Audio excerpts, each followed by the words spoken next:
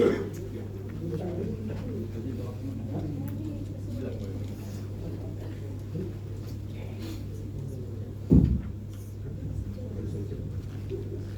kembali ke bilik mawar. Tanpa buang masa, kita mempersilakan sekali lagi Cik Muhammad Nur untuk meneruskan sesi kita pada pagi ini. Okey, terima kasih Ben. Dapat idea makanan tadi, kibrit tadi? Harap semua menikmati peluang-peluang yang ada di sini supaya kita memanfaatkan peluang tersebut. Okey, tadi kita berhenti di bahagian takbir. Saya recap sikit. Apa penambahbaikan itu tadi? Penambahbaikan yang kita nak buat dalam syarikat adalah penambahbaikan dengan mengenal pasti segala jenis pembaziran dan kita buangkan pembaziran tersebut. Supaya bila kita buangkan pembaziran tersebut, kita akan mempunyai satu operasi yang mantul, operasi yang cemerlang. Dan kebaikannya untuk kamu, bila syarikat untung banyak dan kamu juga akan dapat bahagiannya juga. Okey? Itu Namun kita belum kenal pasti lagi apakah itu jenis-jenis pembaziran yang ada. Ada banyak jenis pembaziran. Kalau bercerita pasal makanan, pembaziran makanan. Tapi daripada segi syarikat, kita tengok 7 jenis pembaziran yang kita nak kamu kenal pasti pembaziran-pembaziran tersebut. Supaya kamu kenal pasti pembaziran-pembaziran tersebut dan kamu tahu apa punca sebabnya terjadi pembaziran tersebut dan kamu boleh elakkan dan kamu kurangkan pembaziran tersebut. Penting kan? Ini intipati dia. Ini intipati Kaizen ni. Kamu kena kenal pasti jenis-jenis pembaziran tersebut dan kamu tahu punca sebabnya terjadi pembaziran tersebut. Sebab bila kita dah tahu punca pembaziran tersebut, baru kita boleh kurangkan pembaziran. Kalau kita tak tahu punca pembaziran tersebut, macam mana kita nak buat penambahbaikan tersebut? Kita kena pasti punca dulu. Kalau kita tahu membazir tapi kita tak tahu punca dia, macam mana boleh membazir, kita tak tahu nak buangkan dia. Okey, sebagai contoh makanan. Membazir, kita nampak membazir kan? Tapi kita tak tahu kenapa punca membazir. Sebab orang tu tak makan. Kita kata punca dia orang tu tak makan, tapi sebenarnya bukannya orang tu tak makan. Orang tu makan, tapi yang menyediakan makanan itu pula berlebih-lebih. Itu mungkin punca dia. Tapi sebenarnya bukan itu punca dia. Orang yang buat makanan tersebut mengikut apa yang orang order. So jadi dia buatlah. Mungkin orang yang order tu kena pasti orang yang makan ni orang yang makan yang banyakkah ataupun orang yang sikit. So kalau orang yang makan banyak macam saya, so kenalah buat banyak. Kalau orang yang makan sikit, dia buatlah sikit. So itu punca-punca yang kita kena pasti. Dan kamu orang yang dekat dengan operasi tersebut, kamu boleh kenal pasti dengan lebih cepat. Orang atasan takkan dapat kenal pasti secara lebih mendalam. Dan kamu orang yang dapat kenal pasti. Okey? Kita tengok 7 jenis pembaziran ini. Kita ada video selepas ini untuk kamu lebih faham. Video ni kami buat untuk kamu lebih faham, supaya kamu dapat lebih dekat pembaziran itu. Kamu dapat bila tahu macam kamu di mail, kamu boleh quickly cepat kenal pasti itu pembaziran dan kamu tahu macam itu mana satu punca dia. 7 jenis pembaziran. Ada 7 ni dia berkait rapat antara satu sama lain. Itu sebab kita letak dalam bentuk satu kitaran. Dia ada yang pertama apa? Pembaziran yang pertama di sini apa? Kelewatan. Tahu kan kelewatan kan? Nanti detail nanti saya explain. Yang kedua apa? Berduaan. Dua proses yang sama. Kalau dalam bahasa Inggeris, orang yang biasa dengan bahasa Inggeris, duplication. Duplicate Yang ketiga, pergerakan yang tidak perlu. Tidak semestinya lori, pergerakan ini merujuk lebih daripada itu. Nanti kita akan tengok. Komunikasi tidak jelas. Komunikasi merujuk kepada antara dua pihak atau lebih. Seterusnya apa? Pembaziran? Inventory tak tepat. Inventory bukan hanya setakat baja ataupun diesel. Sapi itu juga sebenarnya adalah inventory. Okey, banyak perkara yang kita tengok. Bukan setakat yang benda yang kecil, yang bukannya kita tengok hanya Inventory hanya merujuk kepada yang ada dalam store sahaja, bukan. Okay. Yang seterusnya, yang keenam, jenis-jenis pembaziran kesilapan. Ini yang paling banyak berlaku. Sebab bila kita silap, selalunya kita tapuk-tapukkan silap tersebut sebab kita tak nak kena marah. Tapi Datuk selalu cakap, kalau daripada gaji kamu tu 10% tu untuk dimarah. So kalau kamu dapat kurangkan, dengan kurangan kesilapan jadi kuranglah marah dia. Right? Yang seterusnya, yang terakhir, yang ketujuh apa? Kehilangan peluang. Dalam bahasa Inggeris dia loss of opportunity. Macam hari ini kamu ada peluang tak? Banyak peluang kan? So, jadi manfaatkan peluang tersebut. So kalau kamu tak manfaatkan peluang hari ini, kamu akan kehilangan peluang. Salah satu dia peluang yang ada hari ini ialah tengok sunset. So jadi manfaatkan peluang tersebut nanti. Hujan. Doakan tak hujan lah. Kita ada Tok Imam kat sini, Tok Imam doakan. Alright, kita ada video dibuat specifically untuk kamu semua, untuk kamu lebih faham. Dan ini related dengan Sawit Kinabalu juga. Okey, kita tengok contoh yang pertama. Jenis pembaziran yang pertama.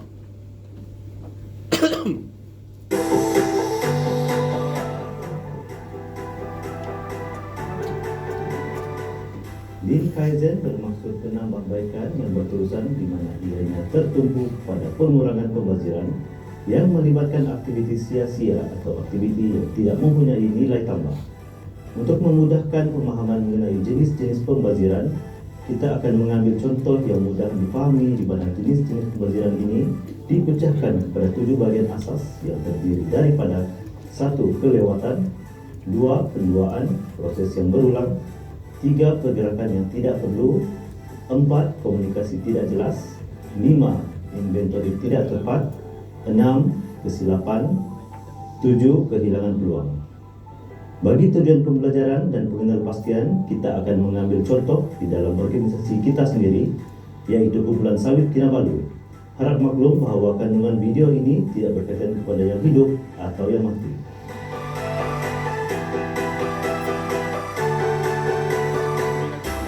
Kak, boleh Kak bangun Kak? Kak, boleh Kak punch kenal gue Kak? Punch kan? Tak boleh, kau kena punch kan sendiri. Melihat kepada pembaziran pertama, yaitu kelewatan.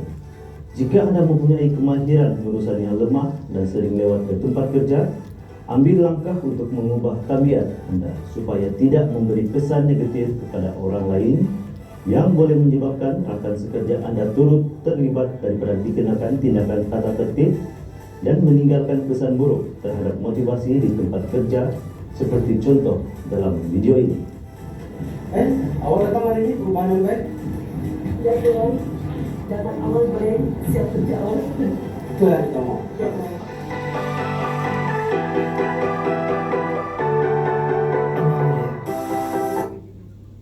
Alright, contoh yang diberi itu berkenaan dengan orang yang datang kerja lambat lah.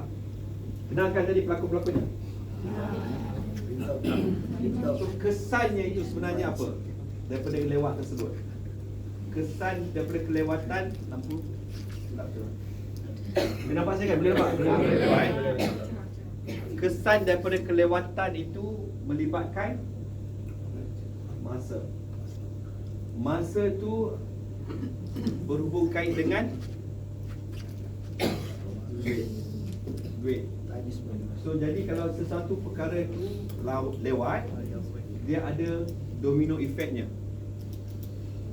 Ini kesan-kesan dia, productivity, negativity, pressure, proses dan uncertainty. Kalau kamu pula contohnya di estate kan, estate, kamu lambat hantar buah ke mil, adalah punca-punca kenapa lambat kan. So apa mil boleh buat? Apa kesannya pada mil? Tidak proses kan? Tidak proses. So buah akan diproses hari esoknya. So jadi kesan pada buah tersebut FFA kurang kan? Estate pun marah. Kenapa tak proses? Tapi dia tak tahu buah tu sampai lambat. sebab ada lori rosak di tengah jalan. Yang estate tahu lori sudah keluar daripada estate. Min tak proses sebab lori tak sampai dekat estate. Itu prosesnya. Kesannya hasil buah tersebut kurang kualiti. Bila kurang kualiti, kuranglah duitnya, kuranglah harganya. Bila kurang harganya, kuranglah pendapatannya. Bila kurang pendapatannya, kuranglah gaji kamu. Bolehkah kurang gaji? Bolehkah kurang gaji? Tak boleh kan? Kuranglah bonusnya. Tapi kalau kita ambil tahu, kita pastikan segala proses tersebut berjalan lancar mengikut masa yang ditetapkan. Kita hormat masa tersebut. Dr. Ewin bercakap ada 8 jam kerja, 8 jam diradah, 8 jam tidur. Kita jaga masa tersebut mengikut hak-hak dia, mengikut disiplin masa yang kita tetapkan. Semua operasi ini akan jadi operasi yang betul. Itu berkenaan dengan estate, berkenaan dengan supply barang. Contoh baja lah. Estate dah rancang perancangan untuk tabur baja dia, ada dia punya schedule dia. Baja tak sampai. Punca baja tak sampai kenapa? Mungkin admin terlupa buat order. Kita tak tahu lah. Punca ni saya bagi contoh lah kan. Ada kena mengenai hidup ataupun yang mati kan. Just contoh saja. Admin tak key. Kenapa admin tak key? Admin sakit. Banyaklah domino. Kesan dia pula, estate tak boleh tabur baja. Bila estate tak boleh tabur baja, buah tak keluar. Bila buah tak keluar, tak adalah nak proses. Bila minta proses, kuranglah dia punya keuntungan dia. So nampak, punca dia kenapa? Hanya sebab baja lambat sampai. Itu sebab kadang kita bila manusia, dia tak kisah benda tu sebab dia tak nampak kesannya, ataupun dia lebih kepada dia pandang, tak apalah, cukup bulan aku dapat gaji, cukup bulan aku dapat gaji. Itu sebab awal-awal tadi saya kata kita kena ambil tahu juga proses tersebut supaya kita kenal kesan-kesannya. Ini adalah contoh-contoh daripada kelewatan. Bila kita lewat, dia akan menyebabkan operasi masa semua tergena. Dan seterusnya akan melibatkan apa semua lah. Kita kena take charge, taking ownership yang semua tahu. Bila contoh Suzila dengan Zazah kerja antara sesama lain ada kena mengena lah, contoh kan. Zazah datang lambat, Suzila tak boleh start kerja. Benda-benda macam tu lah.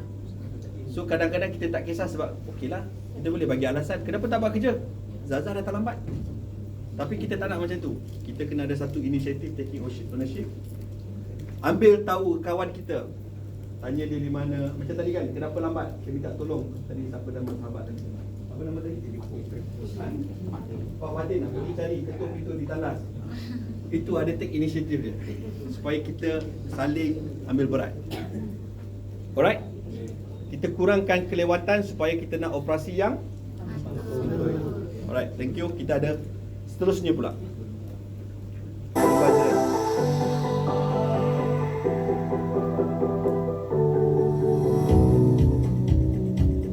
Untuk pemaziran kedua, iaitu penduaan yang bermaksud pengulangan proses, bertujuan untuk memberikan maklumat yang sama tetapi dengan kaedah yang berlainan menyebabkan berlakunya pemprosesan data bertindih, di mana ianya boleh mendatangkan kekeliruan bagi memperoleh maklumat yang tepat dan tulen. Pembaziran ini boleh dikelaskan sebagai kecacatan, di mana ianya boleh menyebabkan pengumpulan data yang salah dan boleh diperbaiki dengan menyelaraskan satu proses bagi tujuan yang sama bagi mengoptimumkan sumber yang diperoleh.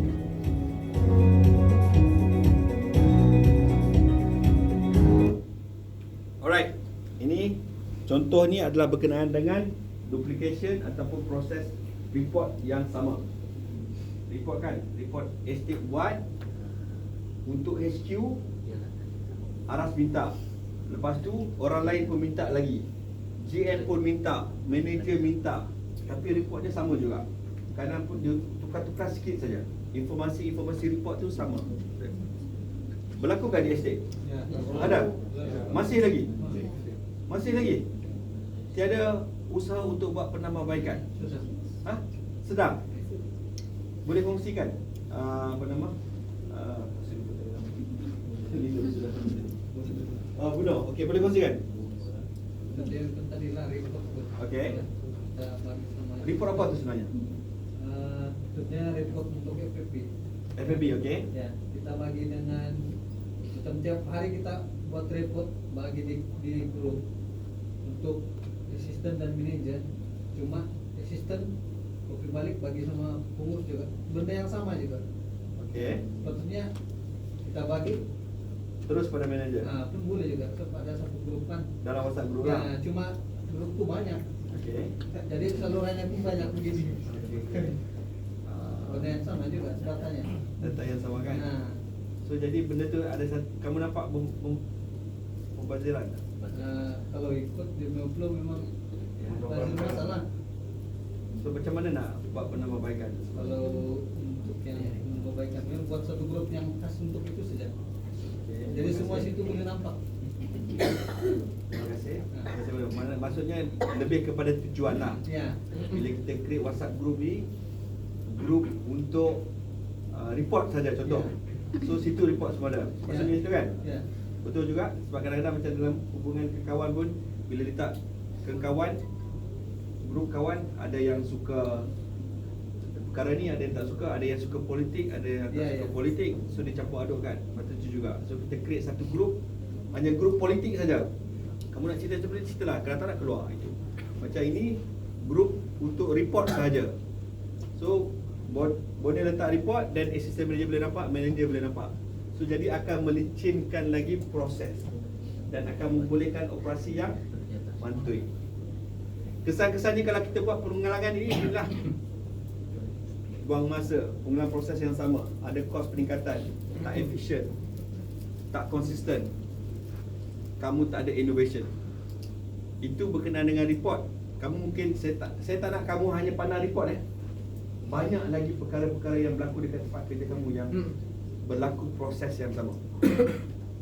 Siapa yang ada hati nak berkongsi? Macam tadi saya dah bagi contoh saja kan. Kalau kamu nak boleh ceritakan perkara sebenar yang berlaku tak di tempat kerja yang berlaku pengulangan proses yang sama ni, duplication. Boleh kongsi? Ada tak? Table 1 ada tak duplication tempat kerja?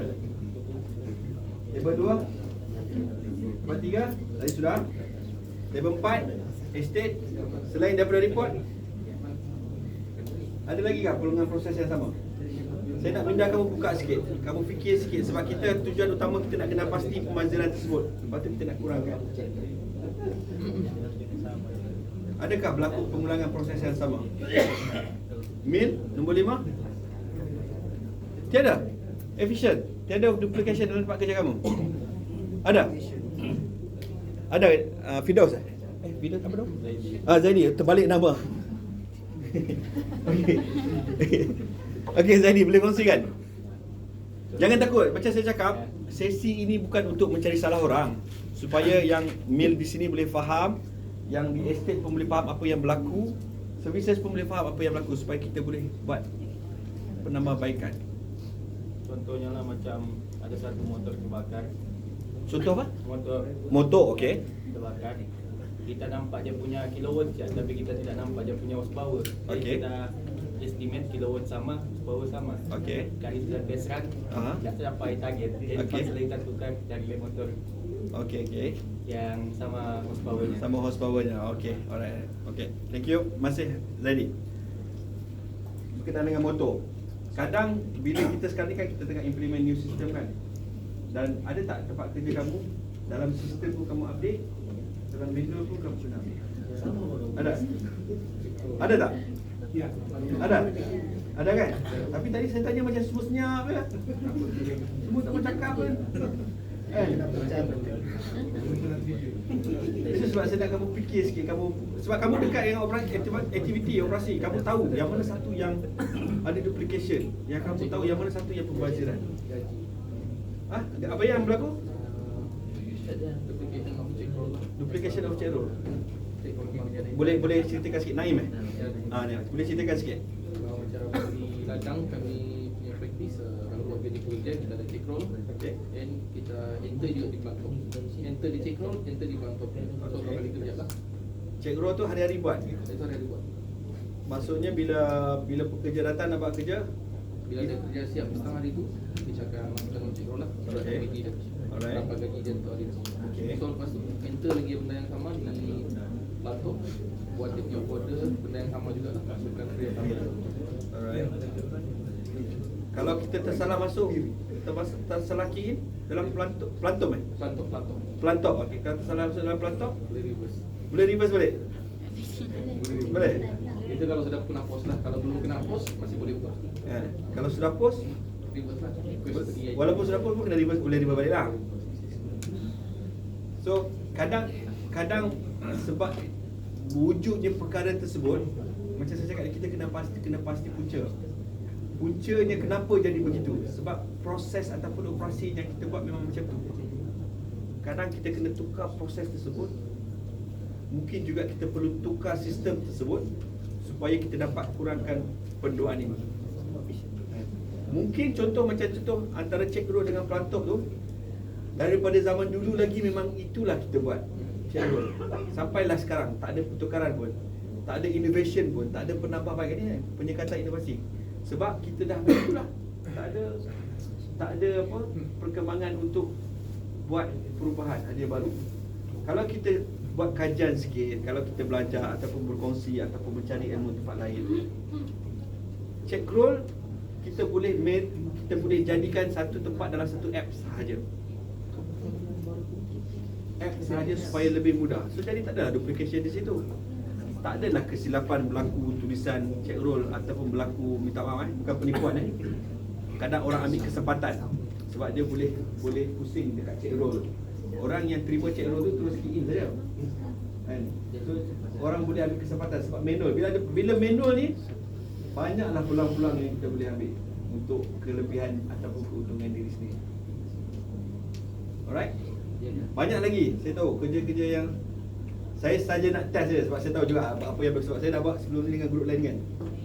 Ada duplication yang berlaku dekat tempat kerja kamu. Bila saya tanya macam kamu tak nampak keluar lagi. Ada orang jaga store di sini. Ada orang jaga store di sini? Yang jaga store?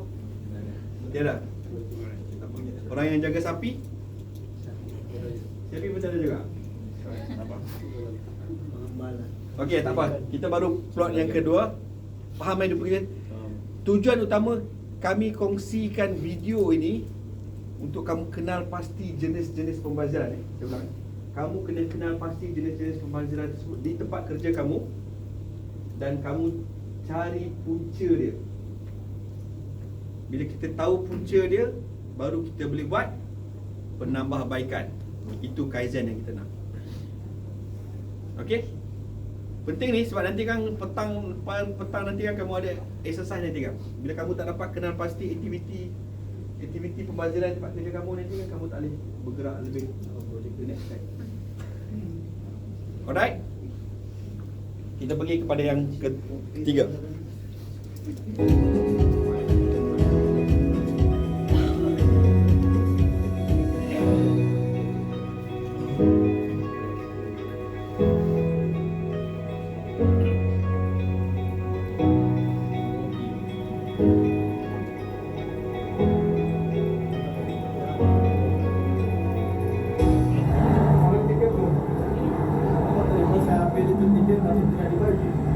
Kau mesti ada tiket. Kalau kita ada tiket, kau tidak boleh keluar daripada kereta. Kalau begitu saya patah balik ambil itu tiket dulu. Ya, setelah ambil, patah balik, ambil itu tiket.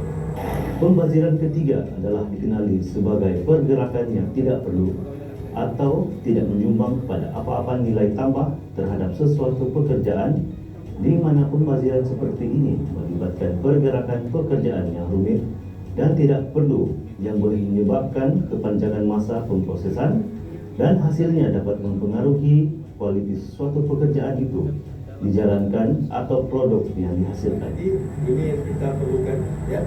Pastikan sebelum kamu jalan ke sini, pastikan lengkap, ya. Jadi kamu tidak perlu lagi berulang-alik untuk mengambil. Okey, faham? Okey, terima kasih.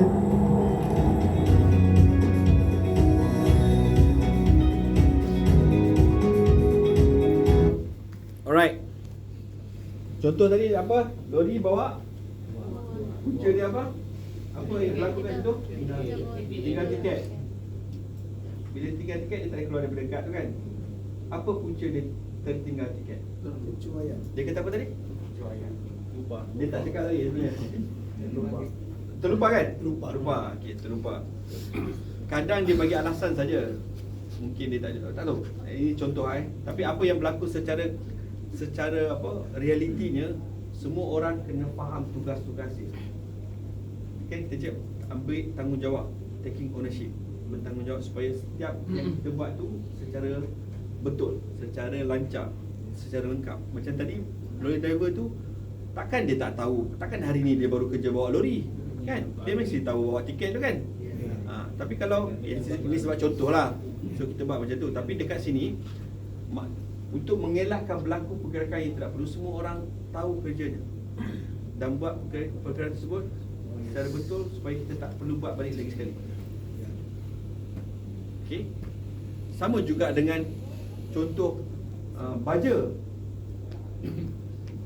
Kita bawa baja tu ke tempat yang sepatutnya nak ditabur baja di bahagian blok A, di estate A, di blok A. Tapi orang hantar baja tu pergi ke blok B. Jadi buang masa terpaksa bawa ke blok B, ke A kan. Puncanya orang yang menghantar tersebut tak tahu. Itu melibatkan pergerakan yang tidak perlu. Asalnya tersilap ataupun tak tahu ataupun komunikasi tidak jelas. Adalah sebab-sebab lain kan. Tapi macam saya cakap tadi, dia berkait rapat antara satu sama lain. Okey. Pergerakan tidak perlu bukan hanya merujuk kepada lori ataupun pergerakan kita. Proses juga merujuk kepada pergerakan. Daripada proses A sampai ke penghujungnya, ada proses-proses pergerakan yang sebenarnya kita boleh buat. Tak perlu pun. Kita boleh apa orang panggil memendekkan proses tersebut. Bila kita pendekkan proses tersebut, kita akan jimatkan masa. Bila jimat masa, jimat kos. Lebih cekap, operasi pun mantui. Itu yang kita nak. So dekat tempat kerja banyak berlaku pergerakan kan. Contoh macam baja kamu letak di penghujung stop, susah nak ambil. Itu pun melibatkan pergerakan yang tak perlu. Kenapa dah tahu kita nak keluarkan baja tu, kenapa kita letak tempat di hujung? Kita perlu susun di tempat yang dekat supaya mudah untuk ambil. Lokasi juga memainkan peranan antara estate. Bila kamu buat contoh perancangan untuk harvesting, kamu mesti ada plan, dia punya susunan dia kan. Tak adalah daripada blok A tiba-tiba pergi kepada blok F, patah balik ke blok B pula. So kamu kena plan benda tu mengikut, bergantung kepada buah punya tu, untuk mengurangkan pergerakan-pergerakan yang tidak perlu tersebut. Dan kamu yang tahu benda tu, dan kamu yang tahu untuk mengurangkan pergerakan tersebut. Jelas Kalau tak faham minta tanya sebab saya takut kamu tak faham. Sebab nanti next petang nanti kan, inilah yang kamu akan buat. Boleh Alright, thank you. Kita pergi kepada pembaziran yang keempat.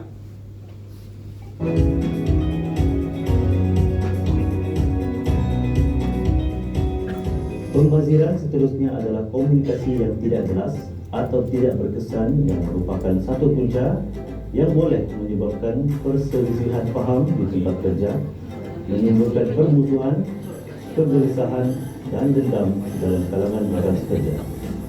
Komunikasi yang tidak jelas boleh mengehatkan keupayaan organisasi untuk mengoptimumkan produktiviti dan prestasinya yang selalunya melibatkan kos tambahan. Hari ini sudah datang, jadi Sarah sudah. Macam mana tu ya? Ya tak? Sarah kan? Sorry. Okey, tak apa. Next time saya kasih betul-betul lah. Sebagai contoh, dalam video ini, hasil daripada kurang penelitian atau penerimaan maklumat daripada satu pihak ke pihak penerima menyebabkan butiran yang disampaikan tidak jelas dan suatu operasi itu tidak dapat dilaksanakan dengan tepat, di mana ianya mengakibatkan kerugian dalam pembelian tiket penerbangan dan juga masa pengurus untuk menghadiri mesyuarat di luar.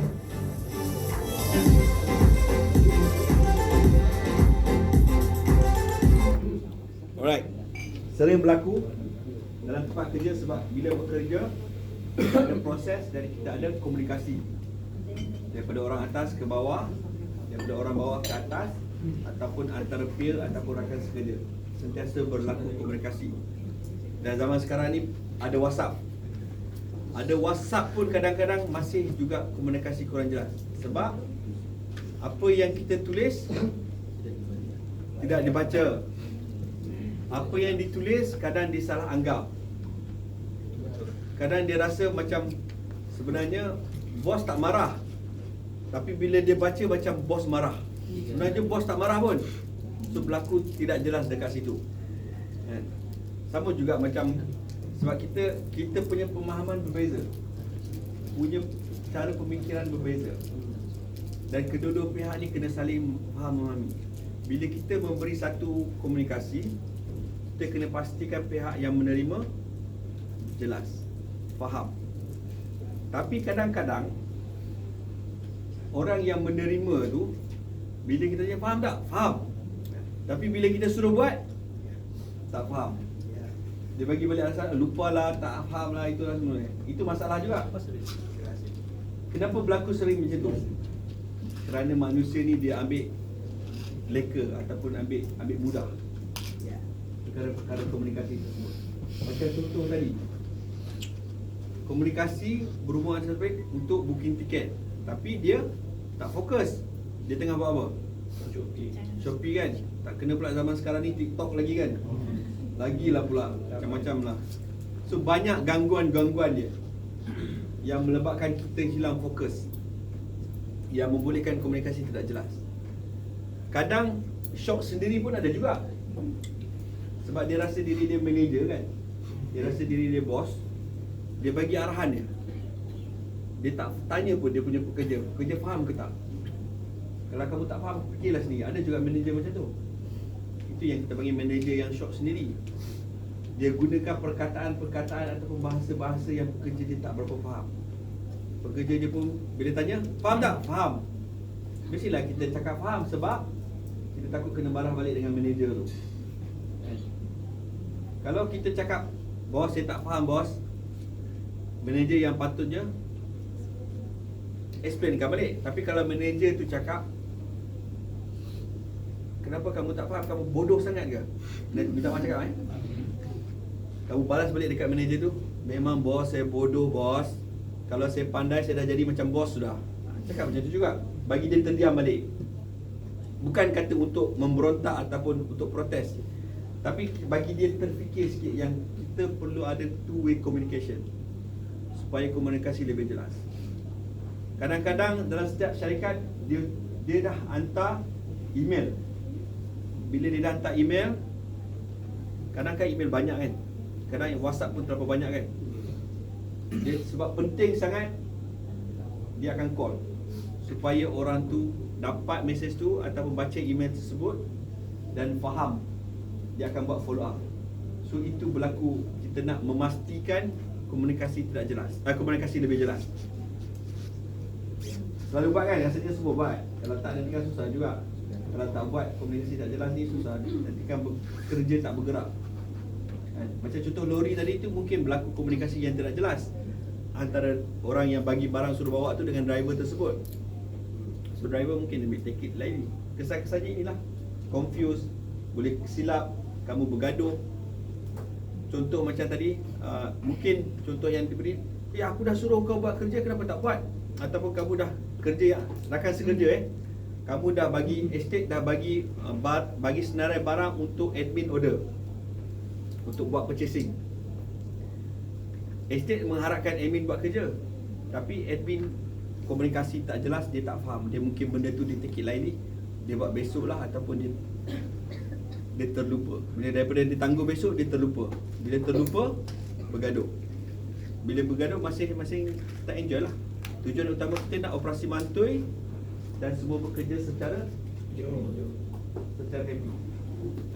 Kita tak nak kamu ada satu perasaan tak puas hati antara kamu. Kadang manusia ni depan nampak baik, belakang dia buat cerita lain.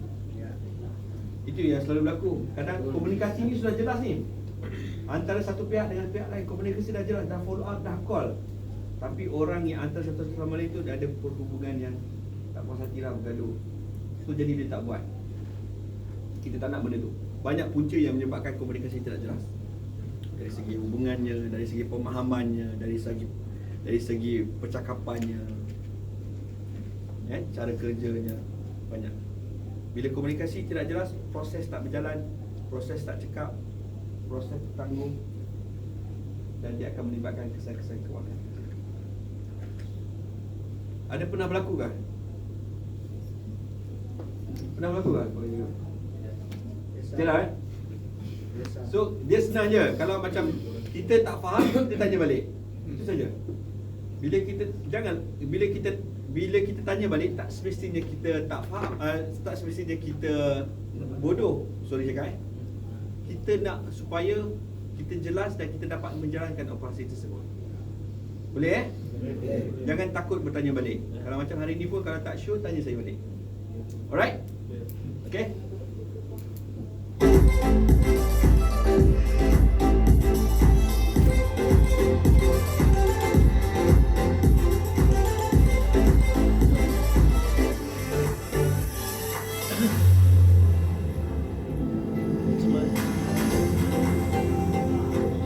Petang nanti mau masuk lagi.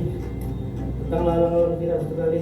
Pembaziran kelima, inventory tidak tepat yang bermaksud sebarang ketidakselarasan antara kuantiti sebenar atau jenis inventory fizikal dengan apa yang sepatutnya direkodkan adalah tidak tepat. Memandangkan inventory lazim yang merupakan perbelanjaan syarikat paling besar, inventory yang tidak tepat boleh membebankan syarikat dengan sejumlah besar masa dan wang yang memberi kesan negatif pada keuntungan dan syarikat tersebut. Kira pagi dan petang, pagi berapa, petang berapa. Sebab kalau ada audit, kita akan tidak query. Pak, tanggal, ya, petang. Jadi berapa kira pagi kita? Pagi tadi itu 250 bag, petang tadi pun 250 bag. So totalnya hari 500 bag.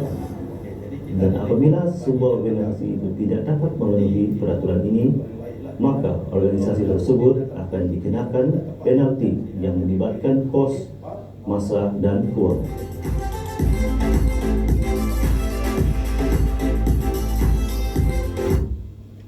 Alright, inventory ni penting dan dia mewakili banyak perkara dalam syarikat. Sebab kalau tanpa inventory, kita tak boleh nak menggerakkan proses yang seterusnya. Inventory yang macam saya cakap awal tadi, bukan hanya setakat yang dekat dengan kamu saja. Sebenarnya buah yang kamu petik tu menjadi inventory kepada mil. Faham Buah yang kamu petik di estate tu menjadi inventory pada mil. Mil akan kira berat tan dia. Sebab daripada situ kamu akan kira tan, dan daripada situ kamu akan bayar pada orangnya kan. Bayar pada transport, bayar pada orangnya. So inventory bukan yang kamu nampak fizikal yang macam baja ataupun minyak sahaja. Contoh lain macam sapi. Sapi sebenarnya inventory. Kalau kita hilang, kita tak dapat kawal sapi tersebut, berlakulah inventory tidak tepat. Contoh tadi baja. Punca dia kenapa tak tepat? Sebab dia tak buat apa? Dia tak buat check kan? Dia tak buat counting lah, stock take. Dia orang punya proses dia setiap hari, pagi dan petang kena buat stock take. Bila tak buat stock take, berlaku ketidaktepatan dekat situ. Tapi kita perlu tengok lebih lanjut lagi, lebih besar lagi, supaya kita dapat kenal pasti kenapa inventory tidak tepat. Mungkin ada berlaku kesilapan daripada segi ordernya. Mungkin ada kesilapan berlaku daripada proses penghantarannya. Mungkin ada kesilapan daripada proses daripada sampai barang dah sampai nak masuk ke dalam stok, berlaku kesilapan di situ. Apa dia? Penyusunan mungkin. Kita bercampur aduk, susah nak uruskan. Mungkin bila dah masuk dalam stok, berlaku sebab kita punya stok tak berapa cantik, berlaku kecurian, contoh, menyebabkan berlaku ketidakpatutan. Dan juga mungkin bila terima barang tu kita tak update. Kita tangguh kerja, besok baru update. So bila besok baru update, tersilap pula. So bila tak silap, berlakulah inventory tidak tepat. Dia melibatkan proses banyaklah. Yang kesan dia inventory tidak tepat ni.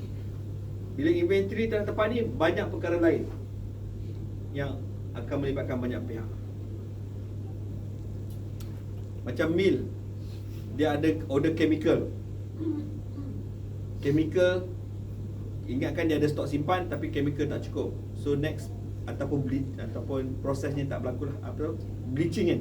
Dia cuci bleaching apa dalam bahasa Melayu dia. Di kilang ada buat proses untuk cuci minyak kan, bleaching kan? Ada tak? Ada kan? So ada chemical dia pakai kan? So bila chemical tak ada, so tak boleh dah buat proses bleaching tersebut. So jadi tergandala perancangan, the whole kilang punya perancangan hari itu. So bila tak ada, kamu pun semua jadi hari kerja produktiviti kurang lah. Kilang pula dia ukur OER kan? Bila kurang OER tak cantik. Jadi kesannya pada pendapatan kita. Banyak kesan dia. Inventory tak tepat. Dan kamu akan menyebabkan keuntungan akan jadi makin murah. Di services ada juga inventory yang ada di situ. Perkara-perkara kecil, contohnya pen, stationery, pencil, tayar. Kita mungkin simpan tayar. Kita mungkin simpan kertas. Kita mungkin simpan safety equipment, kasut kerja, services. Itu juga inventory sebenarnya. Okay? Jangan hanya nampak setakat baja ataupun minyak. Apa perkara-perkara yang kita pakai, even yang ini lanyard ni pun sebenarnya adalah satu inventory. Yes. So, jadi apa beza inventory dengan aset? Aset lain. Aset yang long term. Aset long term macam contoh mesin ataupun kereta ataupun mesin fotokopi. Itu aset. Aset yang kita gunakan untuk tempoh masa yang panjang. Aset orang benda yang lama lah. Kalau inventory ni benda yang cepat, fast moving, selalu bertukar. Dan dia punya amount dia besar dan kecil pun tak sama juga. Okay? Dia fast moving item, inventory. Boleh? Terima kasih. Saya nak sebut nama Salot. Faham kan soalan dia kan? Apa beza aset dan inventory? Penting tu juga, kalau kamu tak kenal pasti aset, nanti kamu kata ini aset, susah juga kan? Aset lain, inventory lain. Dalam recording pun dia ada letak tempat berbeza lah, like in terms of financial. Okay? Di tempat kerja kamu, ada tak berlaku inventory tertepat? Tidak seluruhnya lah. Kadang-kadang berlaku inventory pada admin office lah. Contohnya kalau kami ambil pen ataupun buku tanpa kita buat record. Okay. Main ambil saja, tidak record. Jadi bila habis itu inventory itu, tidak tahu siapa yang salah. Terus habis, jadi paksa beli baru lagi. Kalau ikut prosesnya perlu record. Ya, perlu record. Walaupun pen pensel. Ya, bagus. Pada waktu yang sama itu apa dia? Medical. So orang yang jaga stationery pun ada jugalah. Siapa yang jaga stationery-nya? Oh, okey. Alright. Baguslah. Sebab kadang-kadang company kebanyakannya dia agak dia tak very fokus sangat pada stationery. So especially pencil. Kenapa hilang pensel banyak? Rupa-rupanya anak dia pakai pensel untuk sekolah. Kenapa hilang pemadam, pembaris? Dia bawa balik anak dia bawa pakai. Anak ramai. Lepas tu anak dia pula masih lagi 5-10 tahun, bawa pergi sekolah, hilang. Besok kerina bawa balik bagi lagi. Itu punca dia. Kadang pinjam-pinjam bagi hilang kan. So, itu masing-masing tak ada taking ownership lah. Tak ada perasaan. Benda simple je, benda kecil je, tapi kadang-kadang sampai selalu satu masa nanti kan kita akan berdendam. Contoh macam tadi Fatin pinjam saya punya pembaris. Sebab saya dengan Fatin duduk satu tempat kerja lah, sebelah-sebelah kan. Pinjam pembaris. Lepas tu Fatin hilangkan. Lepas tu saya pergi ambil jumpa kepada Puan, ambil pembaris baru, ganti. Lepas tu Fatin minta lagi baris, hilang lagi. Kali kedua. Lepas tu jumpa dengan Puan lagi, minta pembaris lagi. Kamu ni dah 3 kali ni minta pembaris ni. Bukan saya yang hilangkan, tapi Fatin yang hilangkan. Dah jadi satu pergaduhan kat situ kan. Berdendam kan. So dah jadi tak happy bekerja. Bukan juga duit kita berkomponi juga duit. Betul. Itu sebab saya tekankan daripada awal lagi. Saya dengan Dr. Shanti tekankan daripada awal ni, syarikat adalah kamu dan kamu adalah syarikat. Supaya kamu ada take ownership. Apa-apa yang melibatkan syarikat sebenarnya dia akan melibatkan kamu juga. Sebab apa yang berlaku sekarang ni, kita meletakkan syarikat berbeza dengan kita. Tak kisahlah duit syarikat. Tak kisahlah duit syarikat. Itu sebab daripada awal saya cakap pembaziran itu sebut SDN-nya kena juga dengan kamu. Kamu kena tanam dekat situ dalam sebati kan. Kita nak Kaizen ni berada dalam diri kamu sebati tau. Bila kita nampak ownership dekat situ sebati, baru kita rasa ada perasaan tanggungjawab. Baru kita sayang syarikat tersebut. Itu sebab saya awal, kamu kena kenal syarikat tersebut, kamu kena kenal cinta syarikat tersebut, supaya kamu lebih ada perasaan tanggungjawab dia. Kalau tak, kamu akan meletak macam tu lah. Kamu akan meletakkan perbezaan syarikat lah, saya. Dan kita hanya mengharapkan cukup bulan dapat duit gaji. Tak boleh macam tu. Kalau kita buat macam tu, Kaizen tak cukup ngam lagi dalam sawit Kinabalu ni. Okey? Inventory tak tepat ni macam saya cakap, banyak perkara yang kena tengok daripada proses dia. Alright? Seterusnya,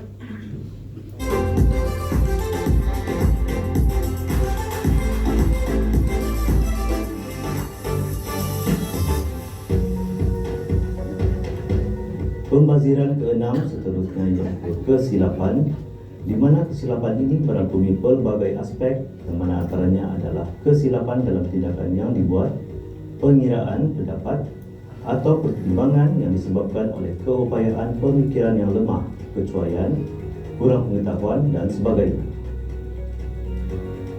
Sebagai contoh terdekat, kita mengambil contoh kecil seperti dalam video ini, yaitu ketika kerja-kerja pembersihan dijalankan, apabila penjaga kebersihan membuat kerja sambil lewat tanpa mengambil kira etika kerja seperti mengeringkan lantai basah atau menggunakan sabun berlebihan, menyebabkan lantai licin dan menyebabkan kemalangan di tempat kerja, yang mana akibat daripada kejadian ini mampu menyebabkan seseorang individu dimasukkan ke hospital dan tidak dapat meneruskan pekerjaan.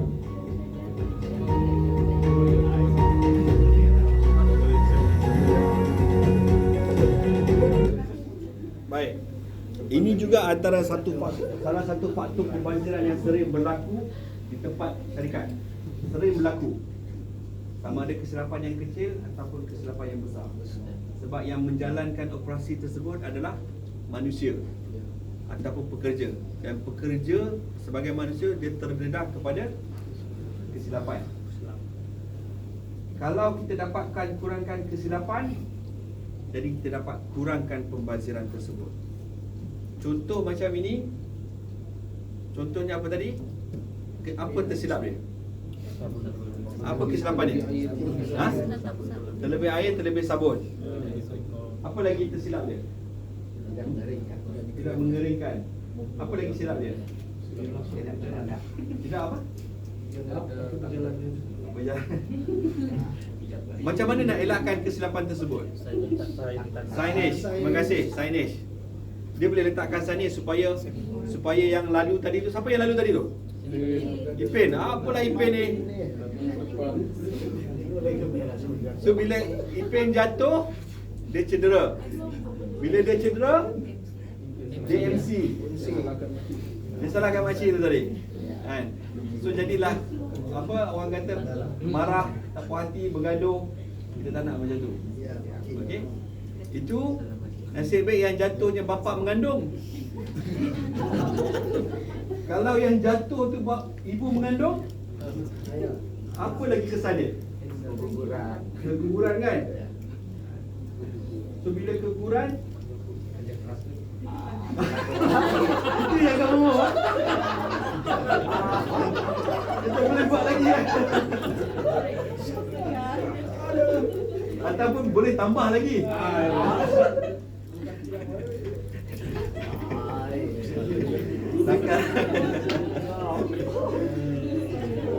Bila kamu keguguran, dia akan melibatkan nyawa. Bila melibatkan nyawa, kita boleh ambil ataupun pihak suami tu bukan hanya setakat tambah lagi ataupun buat lagi, dia boleh juga ambil tindakan saman. Bila saman, buruklah nama Sawit Kinabalu. Itu daripada segi nama buruk. Kalau di tempat kerja kita sekarang ni, kita ada MSPO dan RSPO. Kita ada safety yang kita kena ikut kan. So kalau kita kena denda, lepas tu syarikat tutup, mau tak? Puncanya sebab sabun terlebih saja. Itu kesannya. So kadang kita jangan ambil mudah lah. Banyak benda yang penting sebenarnya dalam kehidupan. Ada proses yang kita buat sebenarnya, ada benda tujuan utama dia untuk mengelakkan perkara-perkara yang buruk, lebih buruk berlaku. Sama juga dalam kehidupan kita. Kita lalu di tepi jalan ataupun di quarters estate lah. Kita lalu kat tepi jalan tu, kita nampak paku. Kalau orang yang baik, dia buat apa dengan paku tu? Dia alihkan kan? Tapi kalau dia ambil mudah, dia tak kisah, dia biarkan paku tersebut. Satu hari lalu, mungkin dia sendiri yang terkena balik paku tu.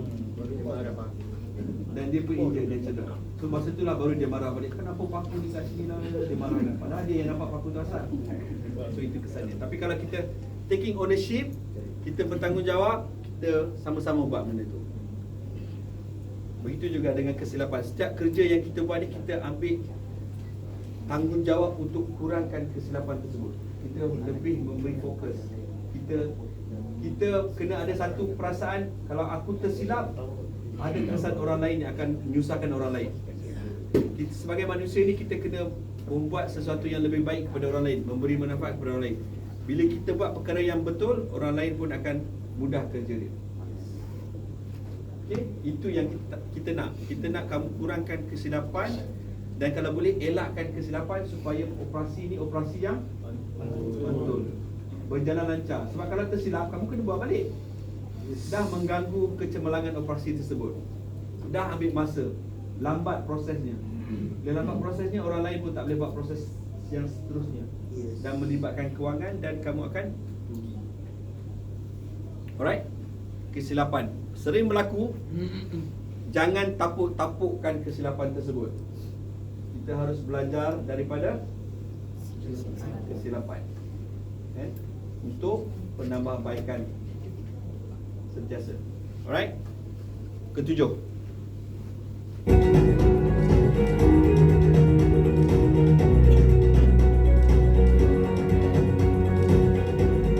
kehilangan peluang bermaksud nilai peluang yang hilang atau potensi keuntungan yang tidak diwujudkan kerana tindakan yang diambil menghalang sesebuah organisasi untuk memperoleh keuntungan tersebut, di mana jangkaan untuk mengambil satu tindakan diukur secara relatif kepada penyelesaian yang lebih mudah. Dalam erti kata lain, tidak mempunyai inisiatif pembaharuan yang lebih berkesan.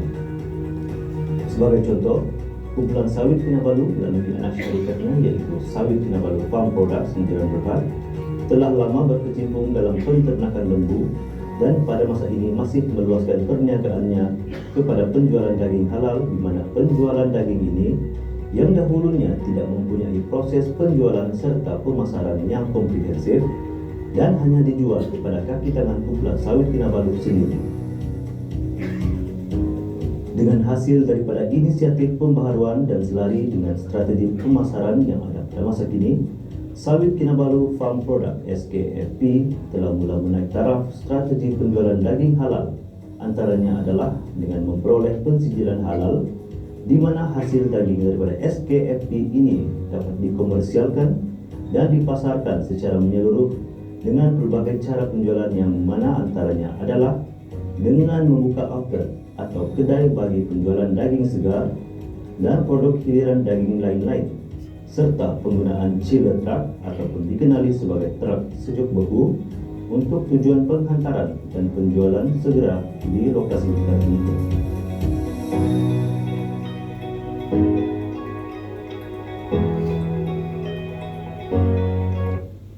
Alright.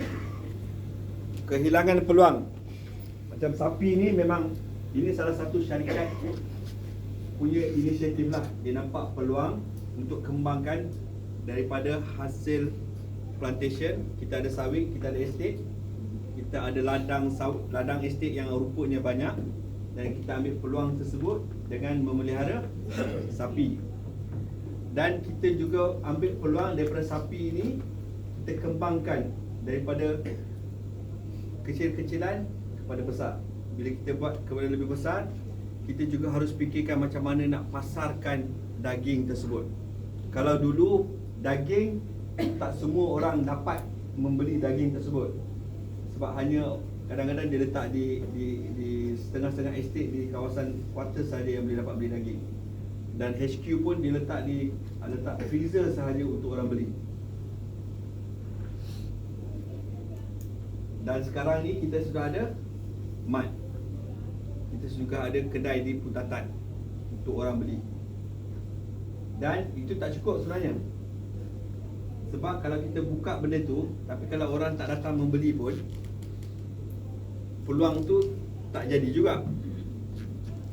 Daging yang kita sembelih, lembu sapi yang kita sembelih, daging yang kita letak tu tak laku juga. Takkan nak mengharapkan voucher sahaja, kan? Saya tahu daging tu kadang mungkin kamu nampak mungkin agak premium, tapi kamu harus tahu memang premium pun daging tersebut. Cuma kita kena manfaatkan untuk promote lah, untuk berkongsi dengan masyarakat yang Sawit Kinabalu sudah ada sapi, sudah ada daging, dan dagingnya daging yang premium. Bukan daging yang, kan daging kan macam-macam sekarang ni. Orang campur daging kuda pun ada juga. Kan takkan kita nak makan daging kuda. So kita tahu yang Sawit Kinabalu ni proses secara halal. Kita bantulah Sawit Kinabalu juga, sebab itu kamu juga, kan? Itu berkenaan dengan kita mengambil peluang daripada hasil sapi. Dan baru-baru ni juga kita ambil peluang daripada hasil buangan sapi tersebut.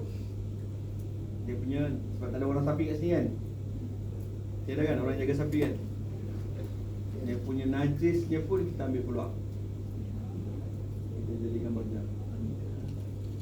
So kalau kita biar macam tu, baja najis tu hanya di estate sajalah. Mungkin berlebihan pokok tu di kawasan kan, dia orang bela kan, ada ikut-ikut blok-blok kan, kawasan tu akan jadi subur. Berlebih-lebihan juga baja je dekat situ. So kita boleh ambil najisnya tu untuk kita pasarkan. Ha? Jadi apa? Jadi baja ya. Kalau kita tak tu, rugilah kita. Baja tak dapat hasil, tak ada tambah penambahan. Sama juga macam contoh tadi saya contoh tadi. Contoh pembaris tadi. Hilang kan. Saya ingatkan dia memang sengaja curi. Rupanya dia ada niat supaya saya dekat dengan dia. Saya tak ambil manfaat tersebut, sudah kehilangan peluang, kan? Itu tak, sorry selingan itu masuk kat situ. Tapi daripada mana-mana orang, kita setiap hari, setiap masa kita sentiasa terdedah dengan peluang. Sama ada kita nampak peluang tersebut atau tak, ataupun kita ambil peluang tersebut untuk kita manfaatkan. Dan kamu dalam Sawit Kinabalu, kamu sentiasa berpeluang. Antara peluang yang diberikan, macam Dr. Adin pagi tadi bagi tahu, apa dia? Kamu ada peluang untuk menimba pelajaran, untuk kamu meningkat. Kenapa Datuk buat macam tu? Sebab bila dia Datuk jadi JMD, dia nampak yang dulunya orang FA, sampai sekarang 40 tahun pun FA juga. Tapi dia tak naklah orang Sawit Kinabalu macam itu. Dia nak orang sawit sentiasa meningkatkan diri. Itu sebab contoh tadi kita bawa Impin tadi. Dulu hanya driver, sekarang ni sudah pandai berkomunikasi secara depan-depan, dan sekarang ni tengah belajar untuk kita meningkatkan ini. Kita kena ambil satu inisiatif lah. Janganlah hanya setakat usaha pergi STC sahaja. Kan? Walaupun untuk Muslim tak boleh lah, dia tak kalah-kalah kan. Kena lebih daripada situ. Usaha tangga, alright, manfaatkan peluang yang ada. Manfaatkan peluang yang ada. Alright, peluang hari ini juga kamu boleh kenal pasti masalah orang, ataupun kamu boleh belajar daripada orang lain. Alright. Take charge. Ada pesanan daripada Datuk Jabri.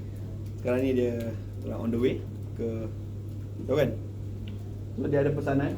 Kamu boleh ambil pesanan-pesanan dia, mesej-mesej yang ingin disampaikan, supaya dia akan lebih memberi semangat kepada kamu lah. Alright.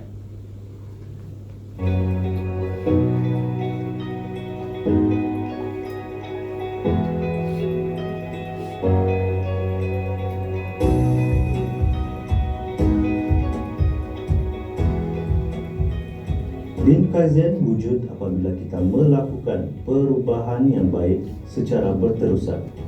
Dalam erti kata lain, konsisten dengan menghapuskan aktivitas sia-sia ataupun tidak mempunyai nilai tambah. Dengan mengelakkan pembaziran ini, syarikat dapat meningkatkan produktiviti dan keuntungan.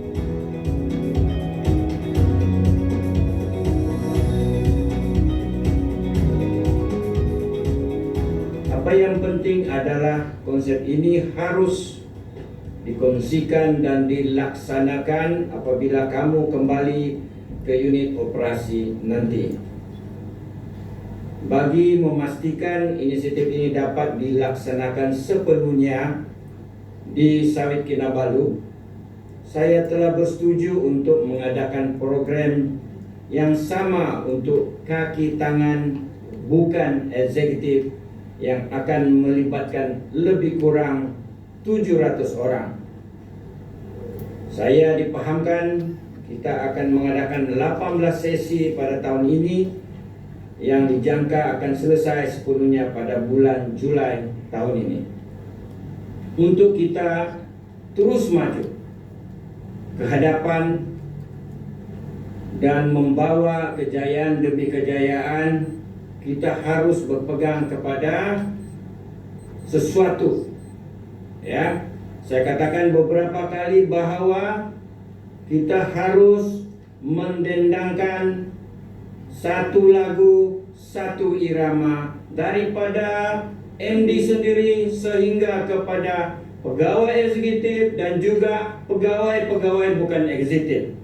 Seramai lebih kurang 1.000 orang.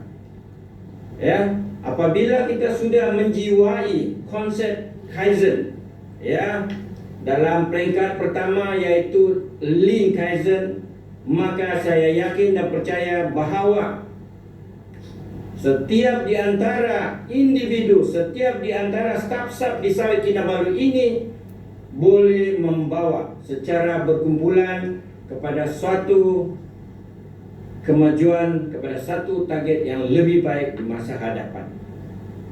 Sawit Kinabalu sudah berkecimpung dalam industri perladangan kelapa sawit, pemrosesan kelapa sawit dan sebagainya selama 25 tahun.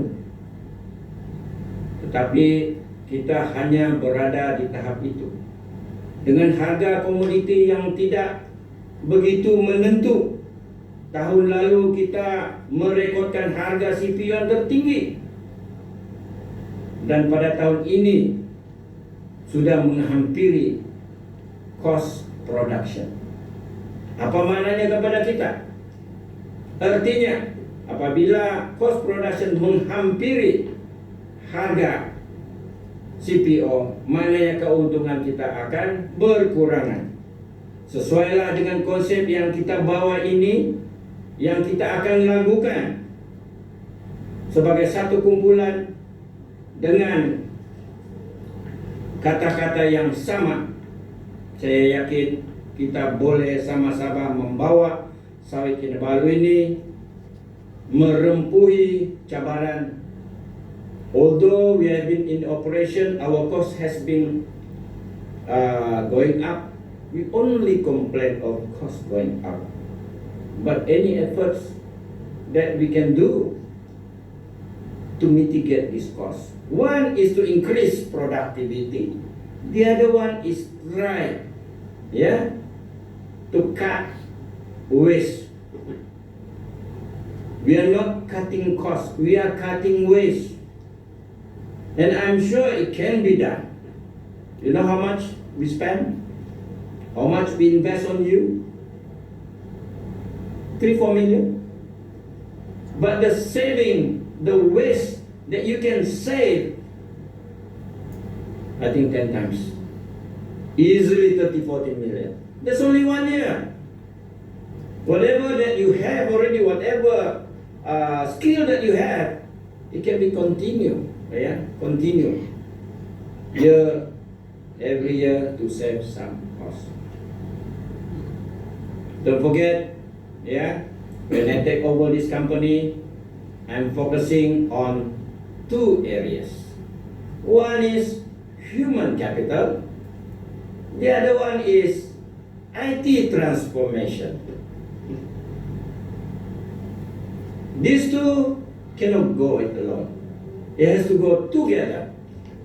So it's going to be a very busy year since last year and continue to this year. But so far last year, I think we all survived with all the challenges. And I'm sure this year we get it done.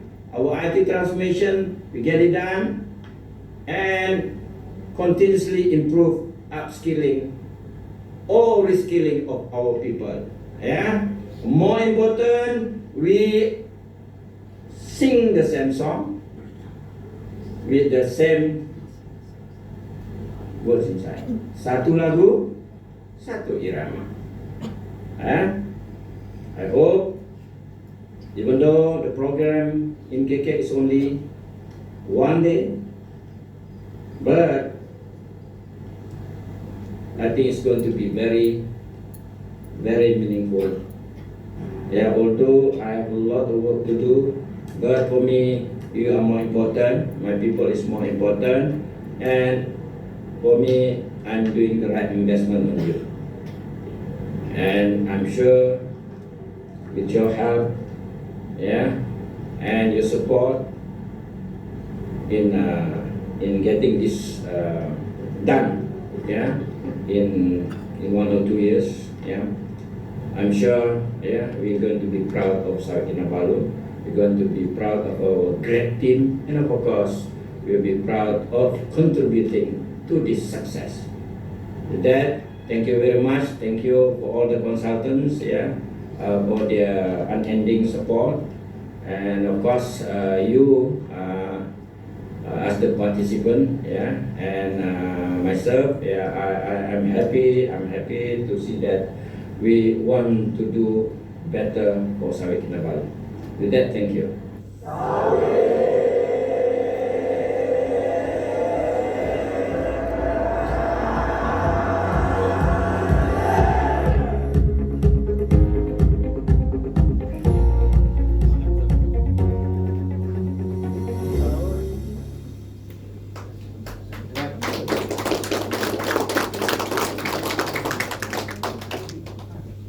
Banyak kan pesanan Datuk kan?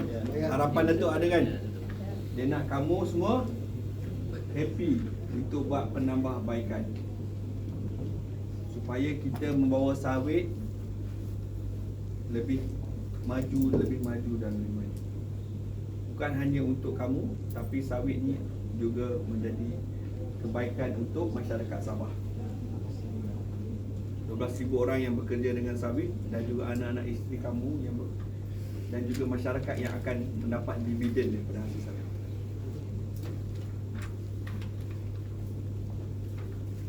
Sebelum tu yang link ayat. Thank you. Boleh saya pegang? Tak apa. Okey. Tadi kita bercerita pasal jenis-jenis pembelajaran ni, 7 ni kan? Ya. Semua boleh kenal pasti pembelajaran kat tempat kerja? Boleh Boleh. Dah nampak Baik.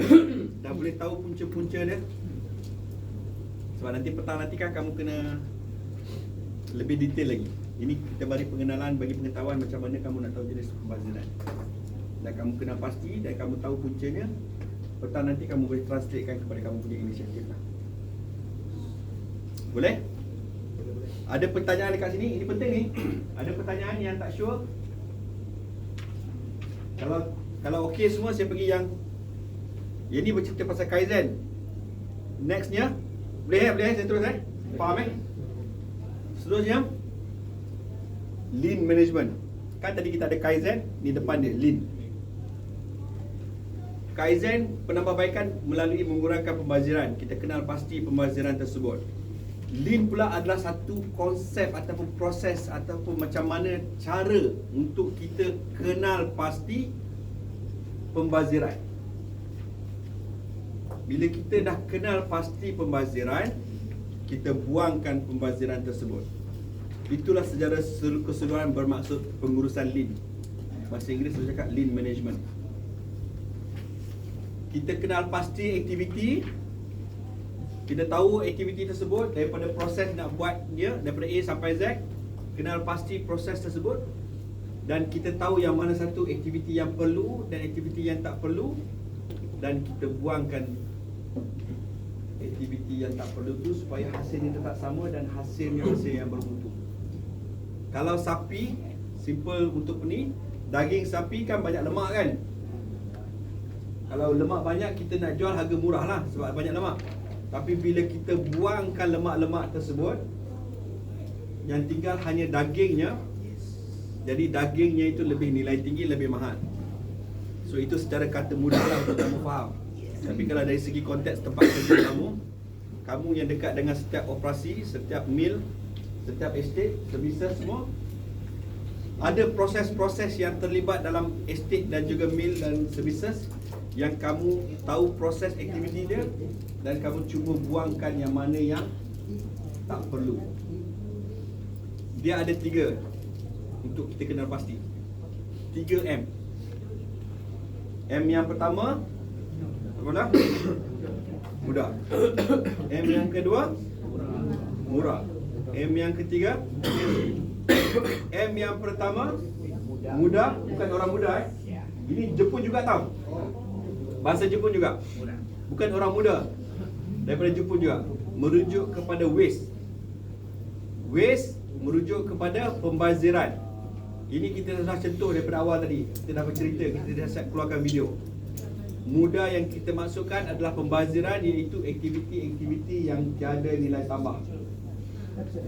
Kan? Kita dah tunjukkan jenis-jenis pembaziran supaya kamu kenal pasti benda tersebut. Ada lagi 2M yang kita belum sebut hari ini, iaitu murah dan muri. Murah merujuk kepada, nampak kan? Ketidaksimbangan, tidak teratur, tak uniform. Mill A buat cara macam ni, Mill B buat cara macam ni, Estate A buat cara macam ni, Estate B buat cara macam ni. Tak seragam. Itu daripada segi estate. Daripada segi pekerja pula, pekerja untuk yang jaga store, pekerja jaga store buat cara macam ni, tapi pekerja store yang ni buat cara yang lain pula. Ada juga pekerja yang jaga stok, admin. Admin dia cara kerja dia macam ni, tapi dia tak follow SOP, orang ni buat cara lain. Walaupun kita ada SOP, kita ada proses, tapi boleh jadi tak seimbang. Sebab berbeza-beza yang melaksanakan SOP tersebut. Macam mana kita nak memastikan proses tersebut seimbang? Macam mana kita nak pastikan mesin tersebut mesin yang menjalankan secara uniform, seimbang? Ketidakseimbangan. Itu contoh untuk murah, ketidakseimbangan. Dari segi pekerjanya, dari segi mesinnya, dari segi prosesnya. Kan kita tadi merujuk awal tadi, 3 perkara yang dalam organisasi ialah pekerja, sistem, mesin ataupun proses. So 3-3 ni kalau tak seragam, so berlakulah pembaziran dekat sini. Berlakulah kerugian di situ. So bila kita kenal pasti, dari segi pekerja memang akan berlaku ketidakseimbangan sebab masing-masing ada dia punya cara kerja, masing-masing ada dia punya expertise, masing-masing ada cara pengalaman dia. macam mana kita nak menyeragamkan keseragaman tersebut, kita ada proses yang dipanggil upskilling ataupun reskilling. Upskilling merujuk kepada kamu belum ada skill tersebut, kamu belum ada knowledge tersebut, tapi knowledge tu penting untuk kamu buat proses ataupun kerja tersebut. Jadi kita hantarlah kamu pergi training untuk upskilling, kamu pergi seminar ataupun kamu pergi masuk kelas untuk kamu ambil knowledge tersebut, understand proses tersebut. Itu upskilling, upgrade. Reskilling, kamu dah tahu Excel, contoh kerja, kamu dah tahu Excel. Kadang-kadang kita tak mahir lagi Excel tersebut, tak cukup mahir. Kadang tahu pun kita terlupa apa function-function yang ada dalam Excel tersebut.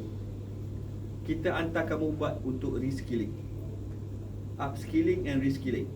Kenapa kita perlu buat upskilling dengan reskilling antara pekerja? Sebab kita nak menyeragamkan semua orang ada skill yang sama. Ada skill yang sama. Kita tak nak pekerja A dengan pekerja B, kita lebih tertumpu kepada pekerja A sebab pekerja A lebih cekap, dan pekerja B ni kurang kerjanya sebab dia tak berapa pandai. So jadi kita upskillingkan dengan reskillingkan dia supaya pekerja A dengan pekerja B ni seimbang, sama-sama cekap, sama-sama efisien. Bila sama-sama cekap, sama-sama efisien, kerja lagi pantas, kerja akan jadi kurang silap, dan operasi akan jadi operasi yang betul. Itu yang kita nak. Itu dari segi pekerja kita seimbangkan. Masing-masing kena ada kecekapan. Dan sekarang ni yang terbaru, masing-masing bercerita pasal drone. Di estate pun minta drone, nursery pun minta drone, aras pun minta drone. Tapi kita tak ada skill untuk drone tersebut. So apa perlu buat? Kita hantar training, upskilling kan dia, supaya kita ada certification. Sama juga macam boiler. Perlu orang yang ada certificate untuk jaga boiler tersebut. Kita kena hantar dia accreditation ke apa? Certification macam tu lebih kurang kan, untuk menguruskan boiler tersebut. Kalau tak, kita tak boleh nak operate. Kita kena upskilling kan. Walaupun dia tu ada certificate, tak semestinya dia cakap dengan seperti orang sebelum ni. Sebab lagi lama pengalaman, lagi lama dia tahu kan. So dia kena kongsikan. Orang yang lama kongsikan dengan orang yang baru supaya kita dapat sambung ratakan pengalaman tersebut. Saling belajar. Dan jangan juga yang otai ni pula, dia rasa dia dah otai, dia rasa dia dah hebat, dia tak nak belajar dengan orang yang baru. Sebab dia rasa dia otai, dia tahu semua. Tapi orang baru mungkin juga dia ada pengalaman atau ilmu yang dia belajar di tempat lain yang berguna untuk otai tersebut. Cuba seragamkan dekat situ. Unevenness tu, itu berkenaan dengan pekerja. Proses pun sama juga, kita seragamkan melalui SOP. Bila seragam melalui SOP, kenalah laksanakan SOP tersebut. Ikutlah SOP tersebut. Janganlah tadi macam contoh yang video tadi, yang storekeeper tu, SOP dia pagi sekali, petang sekali. Tapi dia buat sekali saja. Shortcut, dia malas ataupun dia ada kerja lain, wallah alam, tak tahu lah. So bila tak follow SOP, jadi tak seragam lah. Right? Itu proses. Sama juga dengan mesin. Alatan di kilang contohnya, kita ada banyak tangki. Kita hanya pakai tangki A je, tangki B tak pakai. So tangki B ni berkarat.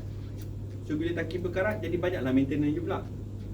So jadi kita cuba balance kan kat situ, ambil pulang gunakan. Alright, itu berkenaan dengan apa tadi? Saya cakap pasal apa tadi? Murah merujuk kepada apa? Ketidakseimbangan. So kita cuba seragamkan, kita cuba balancekan. M yang ketiga, muri. Bukan murai Muri apa? Membebankan. So rujuk balik kepada tiga perkara yang saya cerita organisasi tadi. Dia ada pekerja, dia ada sistem, dia ada proses. Ada pekerja yang terbeban, ada sistem yang terbeban, ada proses yang terbeban. Kita kenal pasti ni, di sini daripada tiga ni yang mana satu terbeban, dan kita cuba perbaiki dia, buat penambahbaikan supaya kita elakkan pembaziran. Kenapa pembaziran? Contoh, bila pekerja tadi kan, saya bagi contoh, pekerja A skill, pekerja B kurang skill. Sama-sama je tugasan ni actually. Dia orang tugas yang sama, tapi bos bagi kepada pekerja A sahaja. Sebab bos nak kerja cepat, bos nak kerja siap je. So yang pekerja B ni enjoy lah, tak payah buat kerja banyak. Tapi pekerja A ni terbeban. Hari-hari asyik-asyik A ni kena buat kerja. Hari-hari A saja kita suruh buat kerja. Sampai satu masa A ni akan jadi stres. A jadi tak puas hati dengan B.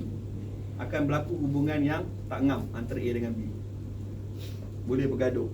Ataupun satu masa bila A ni sudah fed up, A akan hantar surat bye-bye. Masa itulah baru kita kelang kabut. Sebab B ni tak ada knowledge yang A ada ni. So jadi kita rugi dekat situ. Kita rugi, kita ada talent orang yang bagus, kita tak jaga dia. Jadi A ni pergi tempat lain dan dia lebih berjaya dekat sana. Kalau kita ambil sikap untuk menyeragamkan antara A dengan B ni, A masih lagi dengan kita, kita dapat simpan A ni untuk masa akan datang. Dia mungkin jadi lebih naik lagi untuk kebaikan syarikat juga. So kita kena pasti tersebut. Macam kamu orang yang dekat dengan orang general workers kan, kamu boleh kena pasti dia mana satu general workers yang bagus, yang boleh kita kerahkan tenaga dia, yang mana yang kita tak boleh pakai. Tapi kalau kita bantu antara general workers ni untuk sama-sama mahir, kita boleh dapat manfaat dia. Okey? Berkenaan dengan membebankan. Sama juga dengan mesin. Kita ada boiler A dengan boiler B, ataupun kita ada tangki A dengan tangki B. Jangan hanya guna tangki A saja, ataupun jangan guna tangki B saja. Sebab bila tangki yang kita gunakan yang selalu sangat tu rosak, bila rosak, terbeban, kena buat maintenance, boleh kena shutdown, atau genset juga boleh shutdown. So tak boleh nak buat operasi, tak boleh nak perah minyak, tak boleh nak masak buah tersebut. Transport, syarikat pun akan buat satu giliran. Bukan kereta ni sahaja untuk dibuat bergila-gila supaya sentiasa bergerak. Kalau kereta tu hanya kereta A je, kereta B tak bergerak, sampai satu masa kereta B ni akan rosak, rugilah. Dan kereta A pula yang selalu pakai pun akan rugi juga, sebab terbeban, selalu pakai, rosak. Maintenance akan tinggi. Kita tak nak benda tu. So kita cuba seimbangkan dengan kenal pasti lean management ni, pengurusan lean. Jelas? Jelas Sebab ini akan balik kepada kamu untuk kamu kenal pasti balik pada tugasan kamu, kepada aktiviti kamu. Macam mana kamu nak tahu di tempat kerja kamu ni sama ada terbebankah, ataupun tak seragamkah, ataupun pembazirankah. Dengan ada tiga-tiga ni kamu dapat kenal pasti, barulah kita boleh buat proses penambahbaikan. Tapi kena tahu punca dia jugalah.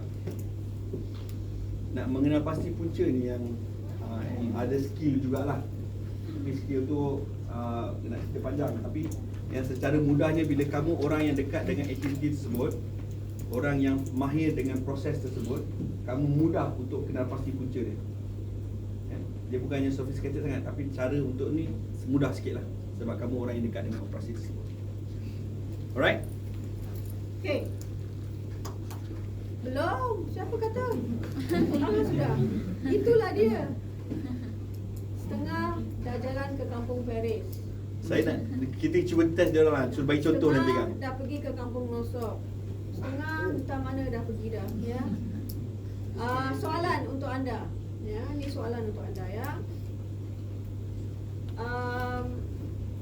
Penambahbaikan. Mengapa sesebuah syarikat perlu penambahbaikan?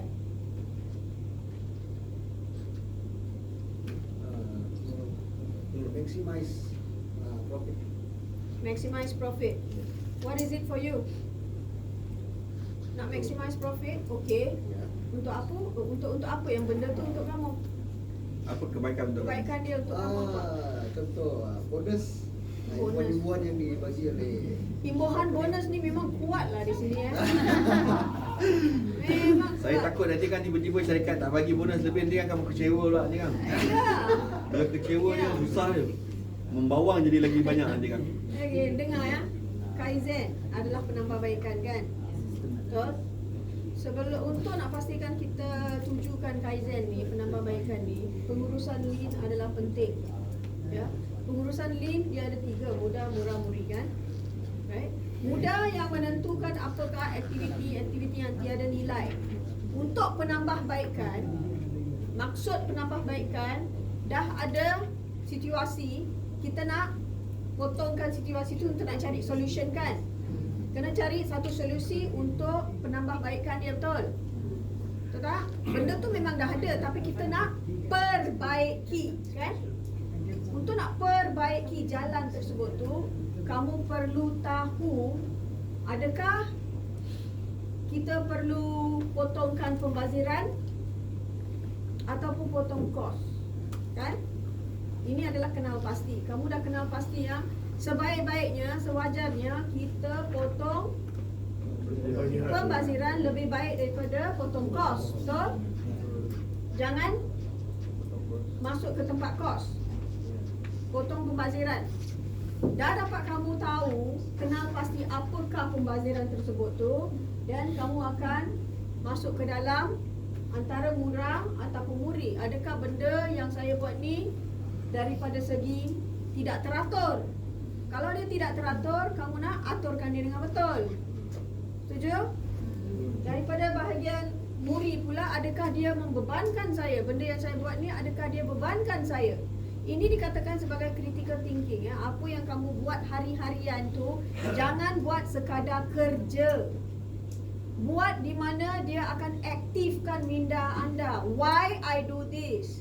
Kalau saya buat ini, boleh tak saya buat benda tu dengan cara berlainan untuk pendekkan masa waktu saya ke, ataupun untuk meningkatkan prestasi saya lagi lah. Betul? Jangan buat sesuatu dengan membuta-buta. Ya, bila kita fikir dengan cara macam tu, dia akan menjadi sebagai satu apa perubahan dalam hidup anda, sebab kamu dapat penting yang ini ya, kerja dengan pasukan, ada disiplin untuk diri sendiri, semangat kamu akan lebih baik, kualiti kerja anda akan lebih tinggi. Ini yang kita nak ya. Dan kamu dapat sentiasa memberi cadangan lagi. Okey? Saya risau sikit lagi. Saya nampak macam kamu macam tak berapa nampak pembaziran. Tak, dia orang dah nampak. Nampak, SZ sekarang saya nampak ada bunyi lah. tanda tanya dengan bunyi-bunyi yang dekat sana tu. Nak makan kan? Sudah lapar balik? Sudah lapar ke?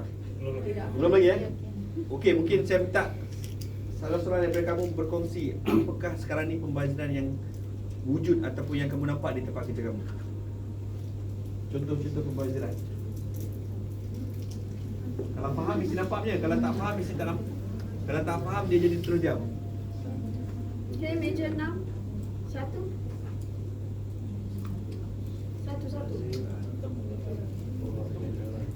Kecil pun tak apa, janji kamu nampak. Ada pembaziran tak di tempat kerja? Meja 5 sekarang? Ya. Kam. Meja lain, cepat-cepat. Okey. Misalnya kita bulking. Yes. Okey. Every month lah, bila ada kapal kita buat shipment kan. Okey. So minyak tu kita kena hit lah. Okey. So penggunaan di situ diesel lah. Selalunya kadang bila ada pertukaran tarikh lah atas sebab-sebab yang kita tidak boleh tolak. Contohnya macam kapal lain kena masuk dulu ke bincang dengan port lah kan. So kita kena stop hit, padahal minyak tu dah sampai 50 degree. Okey, sudah pekat lah. Bila tunda, kita stop, dia punya tak keluar. Suhu tu turun. Kan? Nanti bila dah settle, kita kena masak balik lah. So penggunaan diesel tu lebih lah, tambah lah. Alright. Ya. Boiler diesel. Mungkin ada pemahaman lah tu. Okey, nampak? Terima kasih. So berikut cuma penambahbaikan tu kita kena kaji lagi lah. Tapi cuba macam masih Yazid So dekat sini refinery kan? Bulking, bulking, okey. Daripada dekat mill lagi lah. Dekat mill lagi, okey. minyak bila dah beku tak boleh nak bergerak nak salurkan kan. So dia sangkut dekat situ lah. So dia kena masak balik, panaskan balik. Estate tahu tak operasi mil? Tahu tak operasi mil macam mana?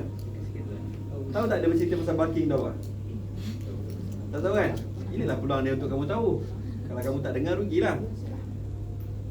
Bila dia nak salurkan minyak tersebut, minyak tu kenalah ada satu certain degree yang boleh minyak tu bergerak. Itu sebab dia perlu panaskan balik minyak tersebut. So berlaku kerugian dekat situlah, penggunaan diesel. Alright.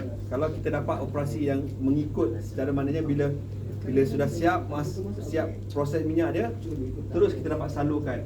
Kita tak perlu tunggu. Kadang shipment lambat, bila shipment lambat jadi berlakulah minyak beku kat situ. Berlaku pembaziran kat situ. Alright. Terima kasih Yazid. Ingat lepas ni petang ni ada banyak tugasan ni. Saya takut nanti kamu tak boleh keluarkan jenis-jenis pembaziran.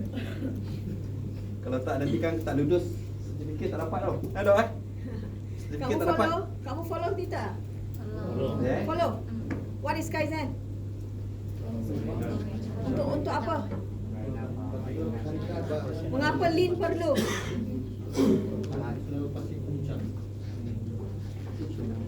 Okay. Alright. Kita bagi Tuan punya majlis. ya. So dah kita ke setakat ini. Untuk waktu pagi sesi kita dah habislah ya. Waktu pagi ni. So kita akan kembalikan kepada pihak penganjur tengah hari. Sebelum kamu keluar ataupun bila balik, nampak sana tak? Hasil pembelajaran di sana tu. Nampak kan? Ya. Apa saja yang kamu dapat hasil pembelajaran kamu dari pagi setakat sampai ke sini, sila tulis di sana. 1 ke 2 ke? Ya. Janji semua tulis ha. Ada 30 orang kat sini kan? Maksud dia ada 30 otak kan? Betul tak? Yang duduk dekat sini semua 30 otak kan? So perahkan otak tu dan fikir kembali apakah yang kamu telah dapat hasil pembelajaran dalam satu ayat. Jangan ada saya dapat nanti kan sama seperti di atas Ya. Kena lain dia. Okey. Kembali kepada pihak penganjur. Terima kasih. Right, thank you. Terima kasih kepada Profesor Firas dari Kementerian